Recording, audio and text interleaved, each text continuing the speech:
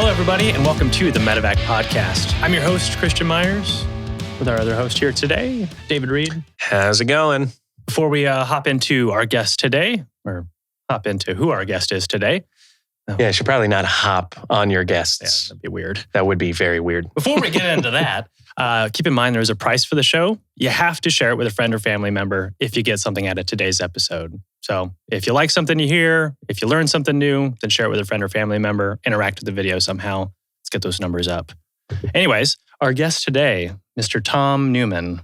Welcome and thanks for being here today, Tom. Pleasure to be here. So Tom was a pararescue man in the Vietnam era. He enlisted in 1965 and finished out his very long career in the Air Force in 2005 after a few different iterations and positions. So a very long time in service and some pretty monumental things that you've accomplished. So welcome, Tom, and thank you for being here today.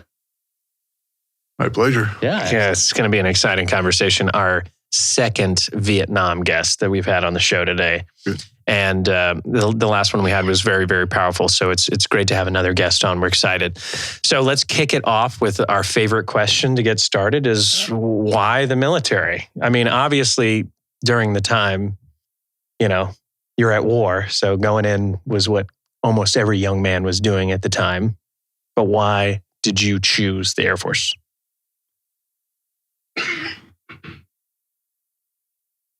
I'm not even sure how to answer that. It was accidental as much as anything else. Yeah. That happens to a lot of our guests. A lot of our guests are, happen to be walking to the Marine recruiter and they're like, the Air Force guy just happens to say, come on in. Outside smoking a cigarette, leaning against the wall. Kind of like a movie. How was your experience? I was dropped out of high school. Came to an agreement with the high school that if I left, they wouldn't kick me out. Yeah. And got a job in a factory. Got fired from that. And at the time, there was a draft on, of course, as you know. Yeah. And so I thought I would take care of the military obligation.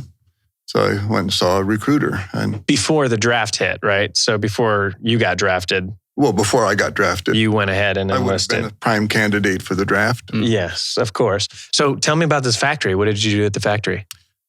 Spot welding. Oh, spot welding. And how'd you get fired? You don't have to answer I didn't have a car, and I was late for work too many times. Oh.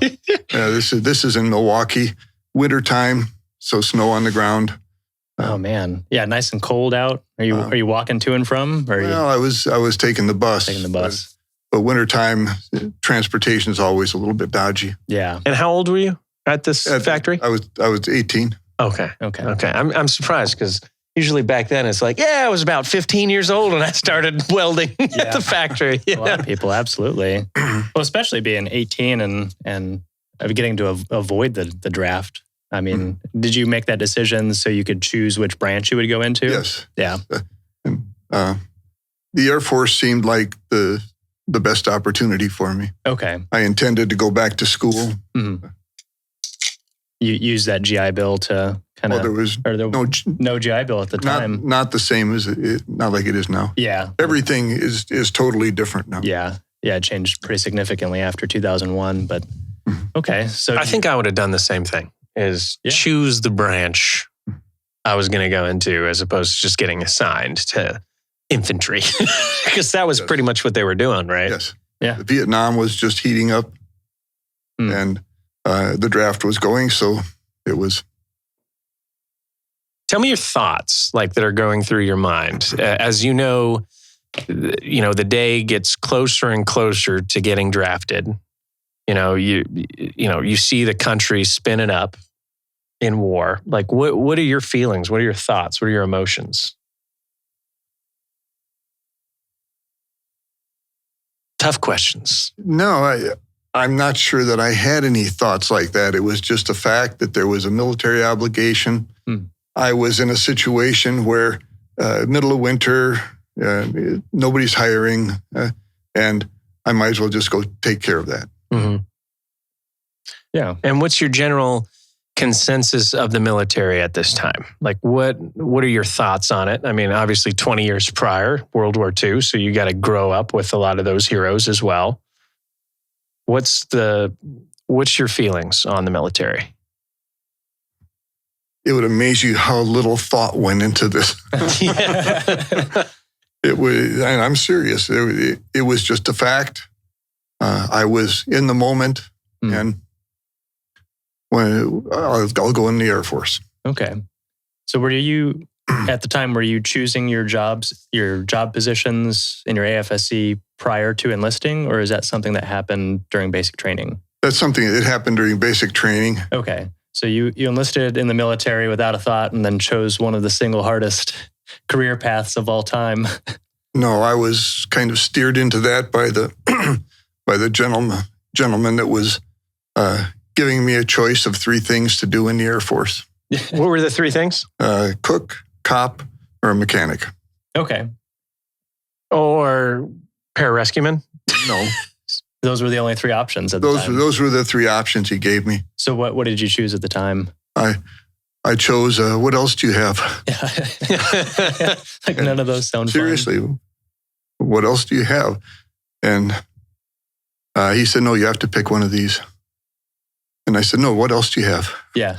He said, no, you have to pick one of these 3. And I said, no, what else do you have? Yeah, you've got to have Really? something. You're just persistent about it. Yeah. I've learned since then that I'm a ready follower, but not easily led. Yes. I like that description. So what was his answer?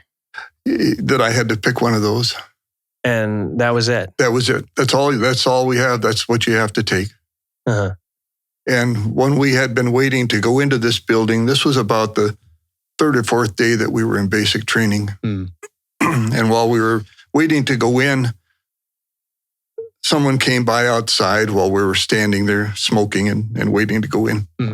And he said something about jumping out of planes, but I wasn't paying any attention to that. And when I went in and I got forehead to forehead with this young man that was telling me I had to choose one of these 3. I knew that that wasn't all the Air Force had. Yeah. And I just did not want to do one of those 3. I knew if I picked one that I would be sunk. Yeah. That would be your decision. And that would be my decision. Yeah. And you'd have to stick with it. And I'd have to stick with it. And he was a civilian, okay, young civilian. If he would have had a stripe on his sleeve, I would have saluted him and said, yes, sir. Yeah. Done whatever he said. But he was a civilian, young guy. And I knew that wasn't all the Air Force had. So, I said, what did that guy say outside about jumping out of planes? And he did one of these. He says, that's the hardest thing the Air Force has. You're too skinny. You'd never make it. Is that what he said? That's what he said. You're too skinny. Did that challenge you? No, just made me mad. I had no idea what it was. Yeah. And you said, that's it. That's the one I want. Well, it wasn't that quick, but I said, what is it? And he got tired of arguing with me. He sent me over to a table that had a book on it with pictures in it. And I went over there and I was just mad. And I looked at the book and I was turning the pages. I wasn't even reading what it was. And I went back. I said, that's what I want. I had no idea what it was. Oh, that's too funny. So you just took the challenge and pretty much just told him, I'm not doing any of these crappy jobs. I want to do this exciting position. I didn't know it was an exciting position. I just knew I didn't want the other 3. That's fair. So how quick did you move on to that position? I mean, like after you had decided and you said, this is what I want to do, what was the next steps? Next step was when I went outside, my military training instructor asked me what I signed up for. And I said, pararescue. And his jaw dropped. And that scared me. So, and then he started kind of like showing me respect. And that scared me worse. Yeah, I can imagine. Because I had no idea what it was. Just that now I knew it was the hardest thing the Air Force had. Yeah. Still to this day. There's a lot of commonality in many jobs today, but I figured that I better start preparing for this if it was. So I started doing what I could do, push-ups, next to my rack, those kinds of things, and didn't prepare me at all for what I was doing. And when I finished basic training, I was shuttled off to the pararescue dorm. And that was that still here in San Antonio at the time? At Lackland. Okay. Yes. Uh-huh. Okay. Man. So you go down the street for your, was it still indoctrination at the time, Indoc? There was a form of Indoc. Okay. But nothing like it is today. Mm-hmm. It was just PT all day, every day. Yeah. Just smoking you as long as possible. But it wasn't the same kind of hazing or pressure. It was just PT. Okay. Running, swimming, Getting into shape. Conditioning. Getting conditioning. Yeah. Okay. Yeah. How did you do with all that? I didn't do well. I barely scraped by the pass test. Okay. I barely made it. I was seconds from on the run. Oh, really? They have a saying in college, C's get degrees. So it doesn't really matter as long as you hit the box, right? Yeah, when you hit the standard, it's either pass or go in these kind of situations. And so that training had to be pretty intense and a kind of eye-opening experience for you. Once again, not a lot of thought. I love it. You just kind of like go with the flow. Well, after 3 days in basic training, I realized that I had screwed up everything that I had done up until that point. And if I screwed up the Air Force, that was it. I might as well just kiss my life goodbye and go be a drunk. Yeah. It's pretty introspective for being so young. Mm-hmm. I mean, I feel like most 18-year-olds at that time or in that position don't really take account or accountability for themselves, right? I mean, that seems like a pretty mature thing to do. Well, it was the right thing to do. Mm-hmm. I just decided I would keep my mouth shut and my ears open and do what I was told. And things unfolded from there. Yeah. Mm-hmm. Was there ever a moment where you thought about quitting? Not in those terms. Mm-hmm. Okay. When I was in basic training, I had found out that this was the hardest thing that there was to go for. Yeah. I made a decision that I wasn't going to make it through. That wasn't even on the table. But when I washed out, I'd know what I could do. And that the only thing is that the only way I was going out was on a litter. Okay. Mm-hmm. But when that happened, I know what I was capable of. Yeah. Mm-hmm. Up until that time, my relationship with my father had convinced me that I didn't have much to rely on. That I wasn't very smart, that I wasn't very capable. Not very supportive. Not at all. It pretty much convinced me that I was, wimpy, weak. I wasn't the kind of macho little guy that he was looking for. Sure. Mm-hmm. Mm-hmm. So when you graduated your training. Oh, that a year later? Yeah. A year later. What was his response? He didn't know we were at odds. Yeah. Okay. Yeah. For a long time. Well, you proved him wrong. Yeah, that didn't factor into it either. That's not why I was doing it. Of course. And I never even expected to get through training. Mm-hmm. I just wanted to know what I could do. And when I washed out, I'd know what I could do. Yeah. But you didn't wash out. But I didn't. You just kept taking it day by day and seeing how far you could possibly make it. And obviously you made it through. Mm-hmm. So after INDOC, or after your initial selection, what was the school pipeline like? Did you guys? I know it was a little different, or much different than it is now. But what was your first initial training after the selection portion? It was jump school at Fort Benning. Okay. So you go to jump school and do your static line jumps out there? Right, 5 jumps, yeah.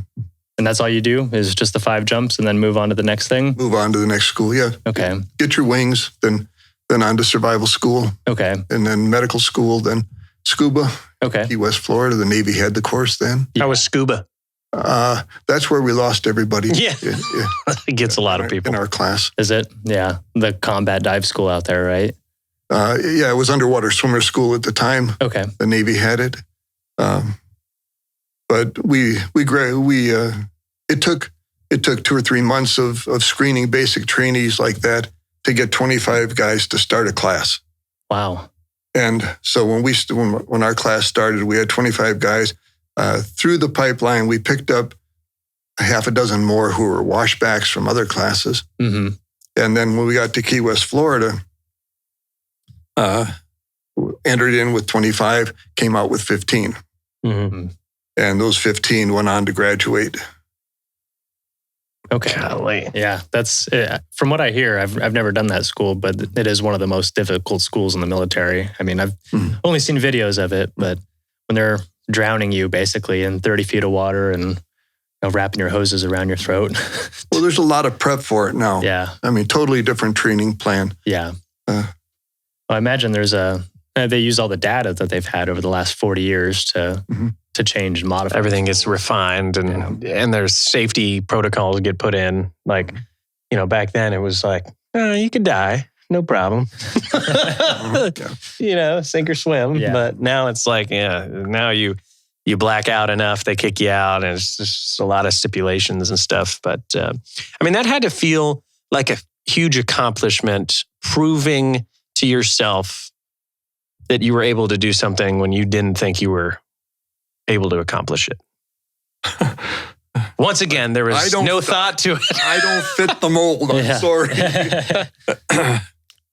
It was more of a surprise than anything else. That, okay, what do I do now?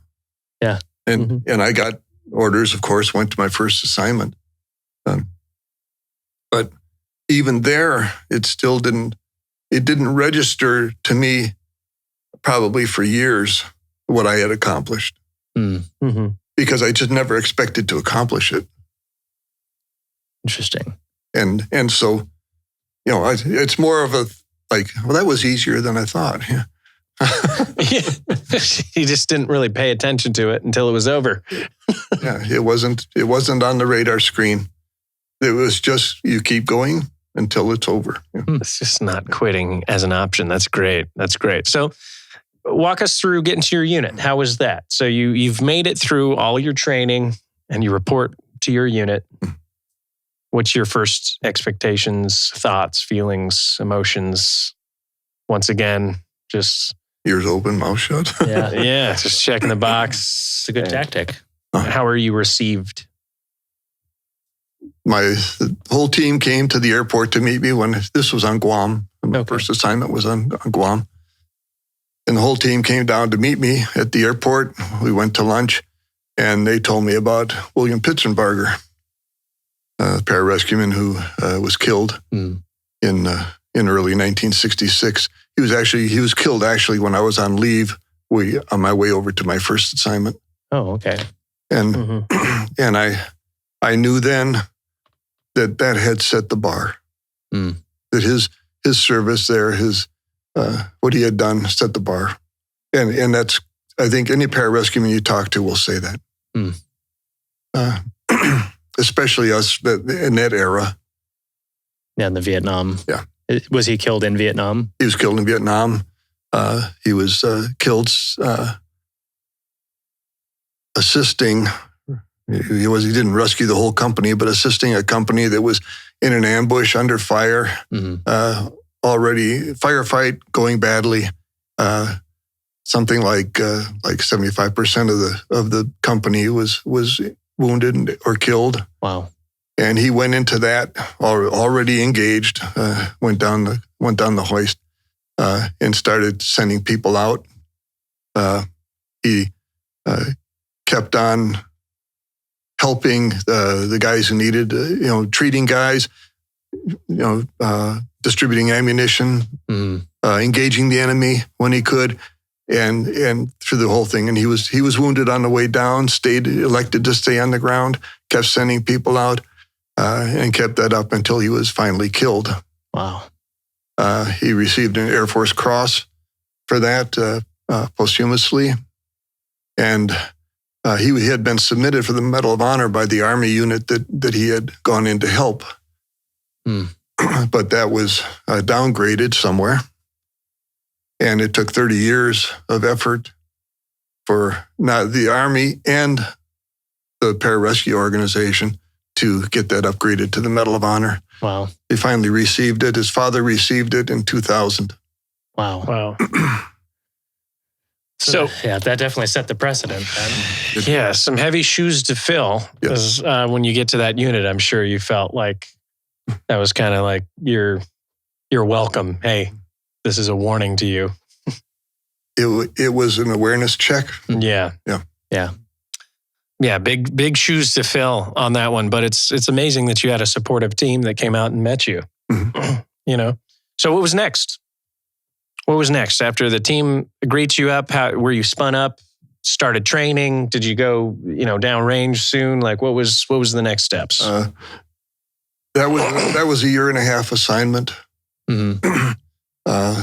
Flying rescue and escort missions from Guam all over the Pacific. Any highlights? Actually, yes. I had 3 really good missions there. At the time, now pararescue has evolved into almost exclusively combat-oriented force. And at the time, it was anything, anywhere, anytime, civilian, military, anywhere. And I had, while stationed there, had quite a few missions. Some MedEvac missions at that time were just going someplace, picking someone up and getting them to a hospital. Sure. Okay. But also had 3 really outstanding jump missions, mid-Pacific, jumping. First one was it was actually the first night operational open sea mission in pararescue history. Really? Jumped to a merchant marine vessel at night. I don't know where we were, way out, in the middle of the Pacific. A couple hundred miles out. Right. Yeah. And to a diabetic patient. And treated him and got him back. So you night jumped onto a boat? No. Into the water. Oh, into the ocean. We jumped scuba. Okay. And then you swim up to the boat. And or get picked up, or you do whatever you have to do. I'm sorry, that's pretty cool. That is very cool. That's pretty cool. Yeah. So these are static line jumps. All static line. Obviously, no free fall at the time. And no night vision either at the time. No night vision. Obviously. Night vision. Yeah. So rods and cones. Rods and cones. Yeah. Close my eyes for a few minutes and hope it helps. Yeah. Just to build that picture. I mean, what year is this? 67. 67. No, 66. Okay. 66. And what are you jumping out of? Do you remember the platform? C-141 maybe, or I don't even know what it would have been. I can't remember if that was a C-54 or a 130. Okay. We got new 130s after I got the 130s just came out and replaced the 35s, right? The 135s? The initial ones came out in like 55, I think. So yeah, you might have had some brand new had a C at the time. We had right? brand new H model 130s. Oh, nice. With cook tracking systems, full and recovery system. Oh God. So what was your thoughts right before jumping out of that into that water? Once again, just went away the blow, baby. I'm sorry, thoughts. I wasn't like, I think I'll reflect on this for a while. Yeah. No, I mean, I could tell you the first time I jumped out of a plane, like I was just like, all right, here we go. I'm a can of sardines. I can tell you that. Yeah. I can tell you that. That was a suicide. Yeah. This is suicide. Yeah. Suicide. First jump. Yeah. But on that mission, I was one of two men on alert. Our operations officer thought I was too green, and he told my boss to take me off and put another guy on. So my boss, bless his heart, was he knew better than that. Yeah. And so he said, no, we're taking him along. He'll get the experience. And I wasn't supposed to be jumping, but the other two guys went, and then they called me to get me down there. And so I got to jump on that mission. Wow. And always loved them for that. Yeah. Yeah. I mean, what an experience. Yeah. So you guys jump out, land in the ocean. Did you get picked up by a dinghy or? By a dinghy from the it was a merchant marine ship. Okay. SS Guam Bear. You guys get on board, stabilize the patient, and then are you extracted, or do you guys? No, ride it into Guam. So you guys rode the ship back in. Okay. There were no helicopters there at the time. There's no recovery capability. If you go, you're gone. Wow. Well, that's got to be an interesting feeling, knowing that when you're jumping in, there's no one coming to get you either. That was just standard operations. Yeah. If you make the decision to go in, you know what you're going into. So. And that's what sets pararescue apart from everybody else, in my opinion, is you're willing to take those risks and you're willing to put yourself out there on behalf of someone that you don't even know. First of all, you're trained. Yeah. That's very well. You have to say that. Yeah. You don't go into it blind. Trained. You know what you're going into, or at least you think you do. Have an idea. Yeah. Conceptually. Yes. Yeah. You know what you intend to do. Yeah. You know how you intend to get through it, and then everything else is variables. All the other adjusting. Fire and adapt or die maneuver. Yeah. It's something I've said here 1,000 times, I think, but I've always described rescue as a dynamic response to a dynamic environment. You don't really know what's going on or how it ended up that way, but you need to make adjustments on and calls on the fly when you get there. That's what I always loved about it too, is that it was always a little bit different. There wasn't the same thing over and over. It was eye opener for me because I was standing over the patient when he regained consciousness. He was in diabetic coma. Yeah, he had been shot and reshot with insulin so many times that he had passed out. Wow. And treatment was easy. I mean, it's not really dangerous, but it was just 50% glucose drip and for 15 minutes, and he was fine. Yeah. But I was standing over him, looking down at him when he regained consciousness, and he looked up at me, and the look on his face changed my whole perspective on what I was doing, because he knew the gratitude on his face was that he knew that he'd been in a bad place, and he knew that we had brought him back, and I didn't even do anything, but I was just happened to be standing there. But I knew then that it was that it wasn't about the beret, and it wasn't about the girls, and it wasn't about all of that. Yeah, that's what it was about, and there was a kind of a recognition of that. Yeah. Although I wasn't reflecting on it really. But that image is burned in your mind for the rest of your life. Oh, yeah. And that's a pretty amazing difference in rescue as opposed to every other MOS out there. Yeah. Right? Is to have that image burned in your head of rescuing someone. It's got to be much more powerful.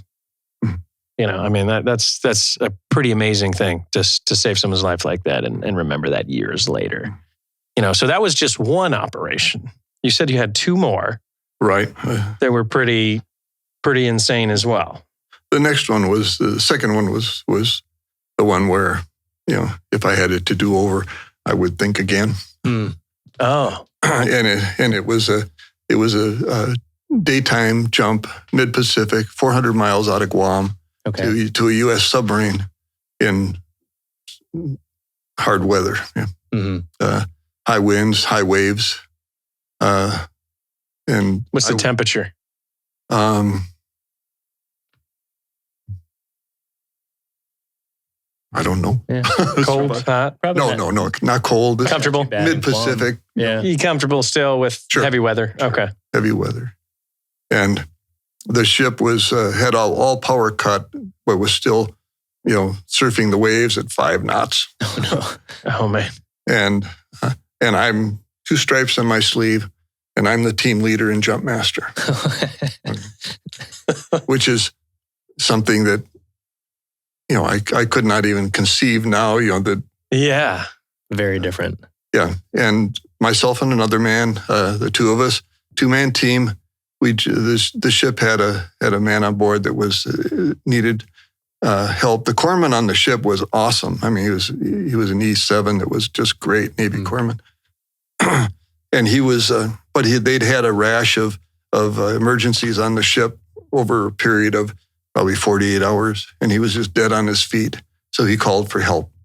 So we went and we jumped in, and that is, we shouldn't have, but you're young, I'm trained, I can do this. And we jumped into that and eventually got picked up by the sub, but that was pretty dodgy. How long were you floating out in the ocean for? Well, I put us ahead of the ship, and so the ship came to us, but it split us. Oh. And I was on the starboard side. They threw a line with a monkey fist on the end of it, which I was able to grab. Well, that swung me into the stern of the ship, and then the waves were picking me up and slamming me against the ship. Oh man! And I there was nothing I could do to get on board. And my teammate was on the other side, and he got in his raft, but he couldn't catch the ship. Oh. So it's just a bad situation. It was a bad situation, but I finally there was a groove along the top of the side of the ship below the edge of the deck, and I finally got my other hand into that. I wasn't letting go of this. Yeah. For nothing. And I got my hand in there, and then a sailor who was tied in walked down the side and grabbed my harness and started pulling me up. Well, my D-ring got caught in that groove that I was. Man. So I spit out my regulator and I said, my harness is caught. And he reached down and flipped it out. And as he did, a wave picked us both up and threw us all the way over the other side of the ship.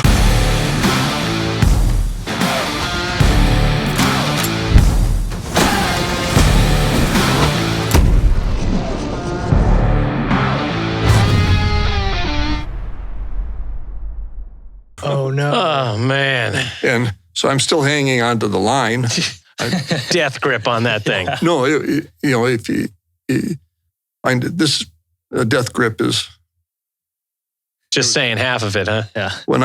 After we got sorted out, and there was a rope ladder on that side, and on the port side, and finally got over to that, got up, got my flippers off, got on board, got up on the deck.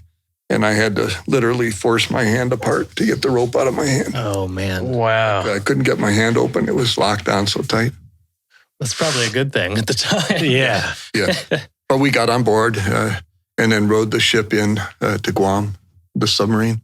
Now, how long did that take to get back in since it was took dead? us a couple of days to get back in. Yeah. So you just got to hang out on the submarine for a few days, or? It was awesome. Yeah. I was wondering how that experience was. I've only flown, I've done fast ropes and rope ladders, to and from submarines, but never got to go inside of one. How was that experience? Did you enjoy it? I did. Yeah. Sardines in there, huh? Sardines, absolutely. This wasn't a nuclear sub. This was one of the prototypes for the nuclear hull design. Okay. So it was conventional, but small. Yeah. And no room, but we were busy. We had to keep on taking vital signs and monitoring the patient. And he didn't have any more problems, so it was easy. Okay. They say submarines is high stress. High stress. Yeah. And you're at the bottom of the ocean, packed like a can of sardines. without seeing the light of day, you know. In a pressurized tube controlled by a nuclear bomb. Anything could go wrong. My God. Yeah, that is insane. I mean, some pretty great experience before you went downrange is what you got. Yeah. Right. So after these operations, how fast did you find yourself in Vietnam? I was on Guam until December of 1967. Went back to the States for helicopter training and in H-3s, and then over to jungle survival school in the Philippines, and then into Southeast Asia. Okay. Where did you do your helicopter training at? At Eglin. Okay. So down in Florida as well. Yeah. So you're getting ready, getting prepped, and you go to your jungle survival training. And do you find yourself in Vietnam right after that? Yes. Actually, my home station was on the Thai-Laotian border. Okay. Up north and not in Vietnam proper. Okay. Although I was in and out of country, a number of times. Just hopping over there for different things. Extractions, right. Missions, yeah. Training. I trained did medical training, just proficiency training at the Navy, NSA at Da Nang for receiving award for field casualties from dust-offs coming out of firefights, prepping them for surgery, getting them into surgery. Okay. Did Special Forces Recondo School at Nha Trang, Long Range Reconnaissance Patrol School. A number of times, different things going back and forth. Wow. The LURS school. So we talked to a guy recently who he did the LURS Long Range Reconnaissance, and that was the predecessor to being a ranger, right? Or similar at least. Similar stories. Yeah. I went to Fort Bragg after the war. Okay. Yeah. And Ranger Recon. Yeah, those guys were. That's a different breed of human right there, in my opinion. Insane stuff. So any highlights, if you will, for what's going on in Vietnam, right? So obviously you're doing a lot of dust-off missions. So you're just taking a helicopter in and out of country to do these operations? No, it was TDY or TAD, going into and out of Vietnam. But I was at Nakhon Phanom Royal Thai Air Base on the Thai-Laotian border, right on the Mekong River, in the northeast part of the country of Thailand. And our area of rescue coverage was North Vietnam and Laos. So missions, anytime we flew across the Mekong, we were in combat. And so those were combat missions. And it could be anything. We would pull alert, standby alert. We'd go up to forward sites up in Laos and pull combat standby alert. During the bombing missions, Rolling Thunder, all those things. Yeah. In case somebody got shot down, that we'd be closer. So were you operating alert more as a combat rescue asset or more for medevac assets? No, it was all combat rescue. Okay, so you were pretty much there for any downed pilots. Right, okay. All combat rescue. Okay. Did you get to perform any legitimate combat rescues? Yeah, I did. Wow, that's... there were... The biggest thing was that I was involved in was that a F-105 pilot got shot down. Okay. And I went in after him down on the ground in Laos, just in an area near a town called Chapone, which was a real hot area. Lots of anti-aircraft, lots of ground forces, communication center, roads and rivers and things. Wow. And he was shot down, and I went in after him. Did you go in via helicopter or by foot? Via helicopter. So on a H-3? H-3. Okay. So what was it? Can you build the picture a little bit? Was this a hoist pickup, or how did you infill? How did you exfil?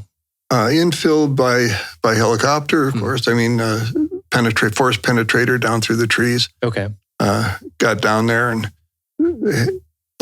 I'm sure you know, there is nothing that goes according to plan. Okay. Yeah. Especially in combat. Yeah. Especially. I mean, those pesky enemies. Yeah. It was, you always have insufficient information. You think you know the situation. You have a little bit of information, so you make your plans on that, but it isn't enough. Yeah. It isn't what's really there. It's not enough. And you wind up improvising your way through it. Yeah. And that's basically what happened. Had information. It was a colonel who was out of flying F-105s, and he was shot down. He was hit when he was in a dive, and had to eject high speed. He had a lot of flail injuries. The information I had was he had a broken arm. So, okay, no sweat. I'll go down, grab him, put him on a penetrator, bring him back up. Didn't even take my medical kit with me. Just get him out of there and get him on board the helicopter and take care of him there. And of course, I didn't know about all the other injuries he had. And when I went down to get him my intercom on my helmet, and radio was inoperative. So I left my helmet on board the helicopter so that I could hear the radio. Yeah. And so I went down, got lowered down to the ground, and then he wasn't there. So I'm standing down there. Like no barely any comms. In the bush. Well, I've got the radio. Handheld. I've got handheld. I've got comm, but as such as it is. But he wasn't there. And so I couldn't figure that out. So I started doing a kind of an expanded circle. And you're by yourself at this point? By myself. One pararescue man. In enemy territory. Oh, yeah. Just like, there's got to be some sort of panic mode. No, I'd rather have it like that. I can hide. Okay. I can hide good. That is the second comment we've had. All by myself. Behind enemy lines, but I could hide. Jesse Herrera, the last Vietnam guy we had on, said the same exact thing. They would go out with their faces painted by himself or with one other person, and they preferred that way because no one else would get you in trouble. He was with Marine Recon, Yes, it's much more undetectable. Yeah. I can hide. It's such a different mindset. But it makes sense. It makes sense for the type of enemy that you're fighting. But so you're doing expanding circles around this. I'm trying to find him. I was trying to find him because I expected him to be right there. Yeah. When my feet hit the ground. I mean. Yeah. What did he take a walk or what? It's got to be. Yeah, I know how I would react to that. I would be irritated. Sure. Yeah. But I didn't know, so I started searching for him, and the helicopter was in a hover over me. The penetrator was on the ground, and they started taking ground fire. So I got on the radio and I told them to leave, get out of here, And my mind is saying I got to find this guy first, but then I'll get the helicopter back in, and so. They started to pull out. Well, when they pulled out, the penetrator was pulled up through the bushes and trees. Oh, yeah. And I didn't know this at the time, of course, but as they pulled out the stretch in the cable, the penetrator snapped up, half hitched around the landing gear, and the cable did. Oh, no. And so they were out of commission. Yeah. So they left. And I was still there looking for the guy. Well, when the helicopter pulled out, the pilot had a 38 with he had some tracers loaded in the first three chambers for signal. And so he took out his 38 and he fired it. And all I saw was a muzzle flash and heard the flash bang and I hit the ground and that was, I thought the enemy was firing at me. Yeah. And I had my weapon. I hit the ground facing in the direction of the fire and looking for a target, but it was so shadowy in the brush and everything. I couldn't see anybody. And then he fired again. And when he fired again, I could see a silhouette. Gotcha. And I thought he was an enemy. Yeah. And I aimed down on him, and I was in the process of eliminating the threat. Mm-hmm. Wow. And it was, I've heard one of your guests say how the things that go through your mind, you remember those things. Yeah. They don't make any sense, but you remember them. You know? And what went through my mind at that time was, you always wondered if you could look at somebody and kill them. Yep. Yeah. Yep. Yeah, no problem. Yeah. And I actually had a sight picture and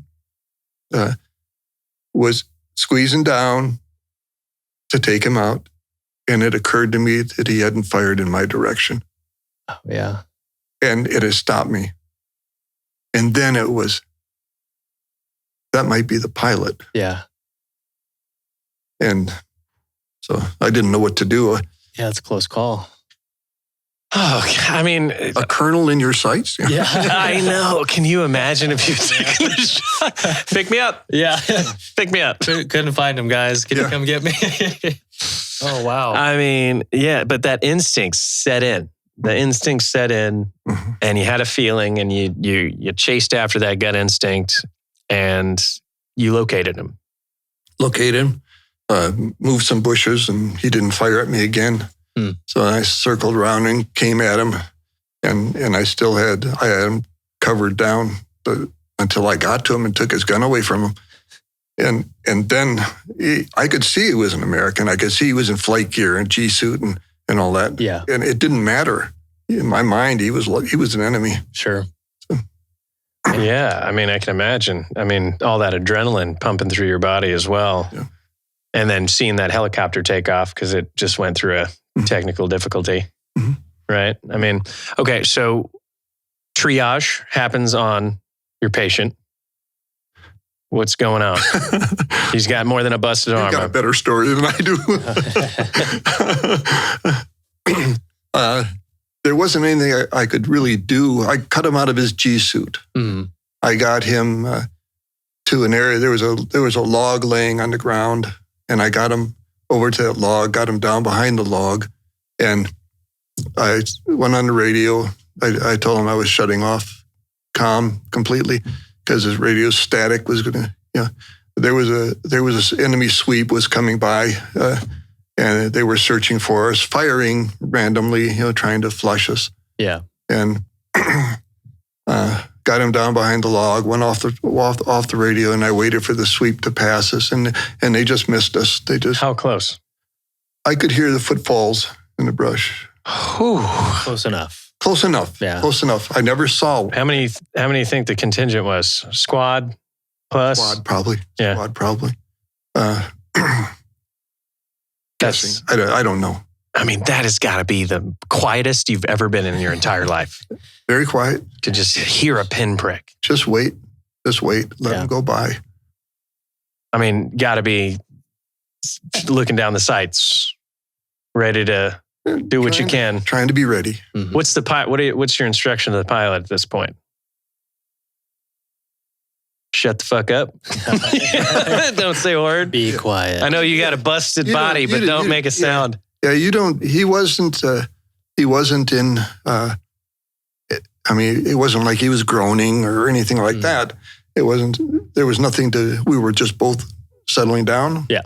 He could hear me tell say that I was going off comm. I'll call him back in when we're ready. So they pass. So they passed. They missed us probably 50 yards maybe. Oh man. The last guy in the line, I could hear him for sure. Yeah. I mean, really clearly. And there was more on the other side of him.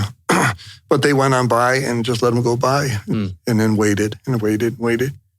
And when I thought it was safe, then I got back on the radio. But I didn't know that my helicopter was gone. Yeah. But it was another flight of 2 helicopters from another base that came in and didn't even realize it was an H-53, not a 3E. They had some power picking you up then. Yeah. Yeah. So they came in and I vectored the aircraft in overhead so they could make it the pickup. And when I looked away, it seemed like they had drifted farther off. We were on the side of a big ridge, and they had drifted off kind of downhill from us. So I got the pilot up and tried to move him. I could see that the cable was coming down through the trees. Yeah. So they already let out the penetrator. So I moved him to where that was, and I found the cable. And as I found the cable, and I started looking for the penetrator on going through all the coils of cable, more cable. I didn't know that the hoist operator on the helicopter, it was his first combat mission. So he dumped the whole cable. All the cable. Let out all the cable. Dumped the whole cable out. Rookie move. And there's a lot of brush and vines and stuff. Yeah. And it's all mixed together. Super dangerous. And I'm not even thinking of dangerous. I'm just trying to find the penetrator. Yeah. and I couldn't find it. And I finally got on the radio and I said, take up the slack. Take up the slack. And I didn't know until some of what I'm telling you, I found out after the. Yeah, of course. Yeah. I didn't know it. None of my comm was getting through to the helicopter. It was always being picked up by someone else and relayed to the helicopter. Mm-hmm. So as I'm doing this, finally they said, take up the cable, and the hoist operator, turned it on. Well, my leg was in about 6 coils of cable. Oh no! And this was all over the ground. Yeah. And when it went tight on my ankle, the hoist, as you know, has 2 speeds. First X number of feet is slower, and then it goes full speed. Yeah. Well, when it went full speed, it snatched my leg out from under me so hard that I dropped my weapon, dropped my radio, dropped everything, and went up through the trees by one ankle. Oh no! And my God! I tried to pull my weapon, and I couldn't get it. My radio was tied to me. I pulled that in, so I went up through the trees, upside down, and then the thought that went through my mind was, "What is that pilot thinking?" Because can he see you at this point? He's like, "What are you doing down there?" He just probably thought he's like, this is disastrous. Yeah. This is a terrible. Flying Melindas. Yeah. What's the hoist operator thinking at this point too? Well, there again, I found out later that the PJ on board, Larry Palmer, was I met him. I didn't know him at the time, but I met him later. He got the guy off the hoist, sent him over to the gun position, and he took over the hoist. Oh, yeah. And so he was bringing me up. They got me up to about 20 feet below the helicopter and then stopped. And I was on the radio saying, I'm tangled in the cable, lower me back down. Yeah. I'm trying under age 53, trying to sound calm. And it's also being relayed as well. So yeah. It's just a nightmare. Yeah, big fiasco. Man. And what is the pilot thinking? See you, buddy. Well, they lowered me. They finally started put me back down. So now I'm going down, upside down through the trees. Yeah. And when I got to the lower canopy, there were 2 canopies. Got to the lower one, it slowed my descent enough that the cable came loose on my ankle, and I fell. But I'm guessing about 20 feet.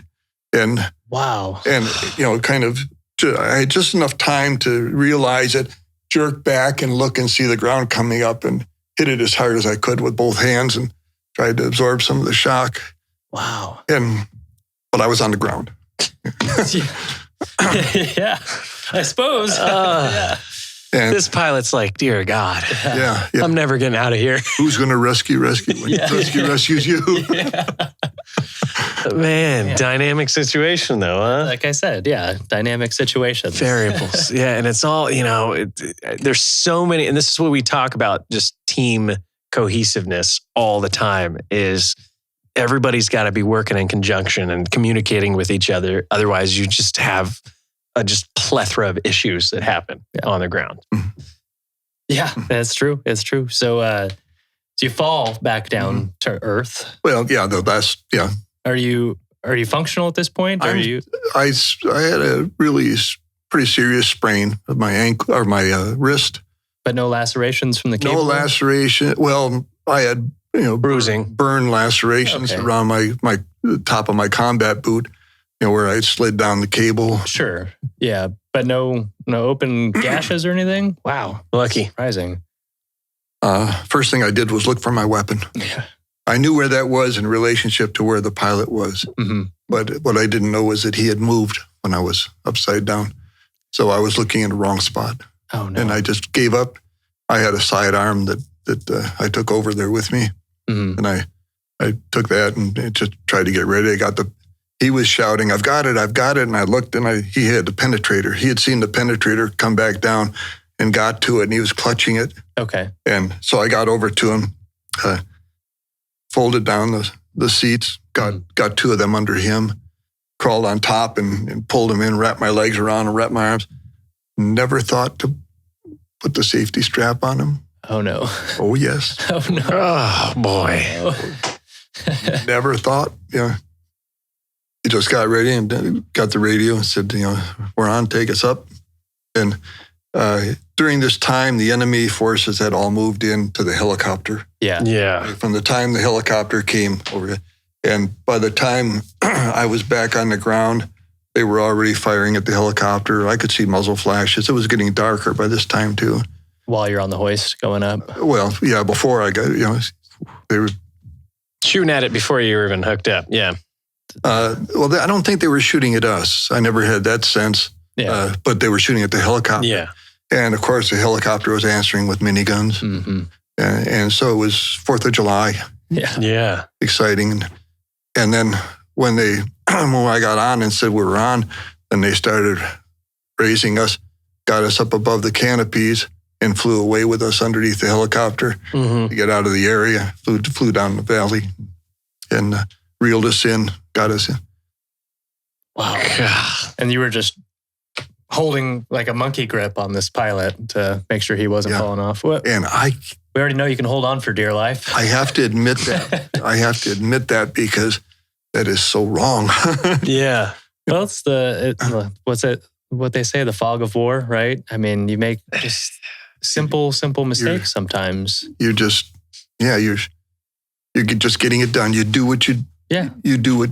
What does it take? Yeah. You're going to get it done. How long was this operation? I don't know. It had to feel like a lifetime. I had no sense of time. Yeah.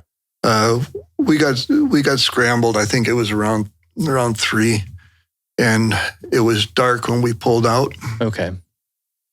So I don't know. So between 5 and 10 hours. No, less than that. Way less than that. Okay. 3 hours. 3 to 5 hour mission.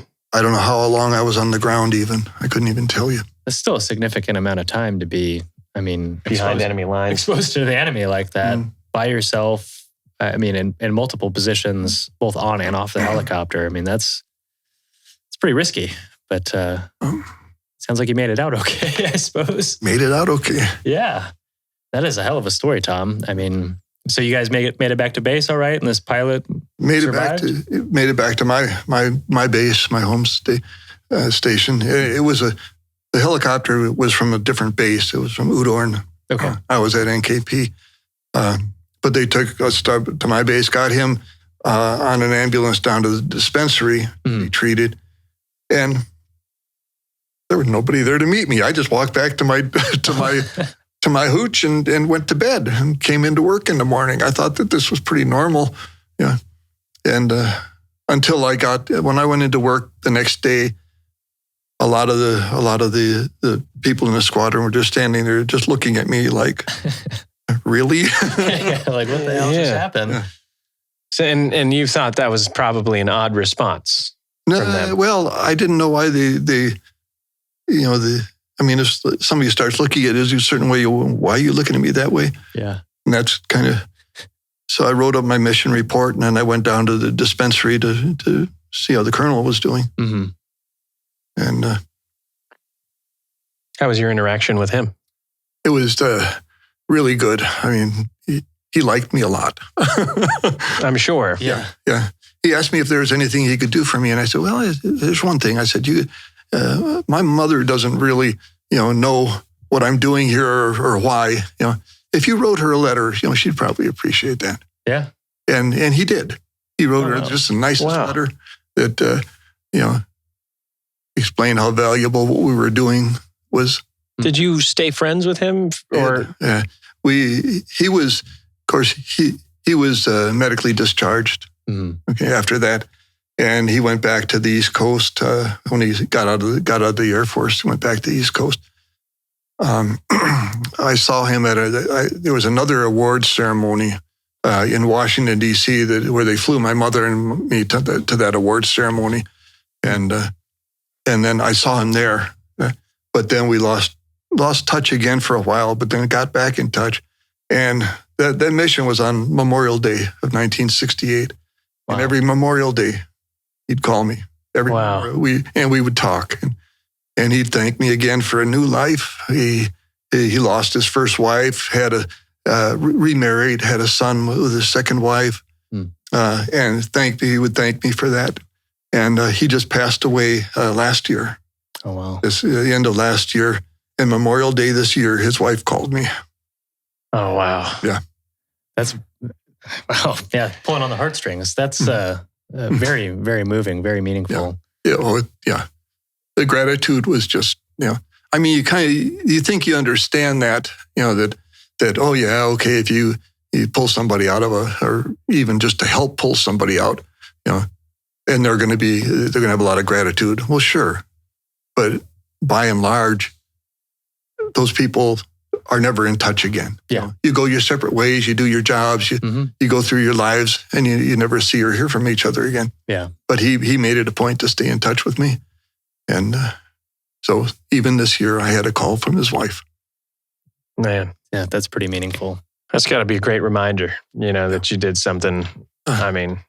The value of the job. Yeah. So above and beyond. That's incredible. Well, it has been an absolute pleasure hearing your stories. I'm sure there's 1,000,002 more that we could talk about, but we won't beat you up too much. Okay. Yeah, I can't believe we've already closed it in on an hour. We did. Well, Tom, really want to thank you for your time today and for sharing your stories. I mean, these are intimate stories that we don't get to hear too often. I mean, the Vietnam era, a lot of the missions haven't been talked about in detail like this.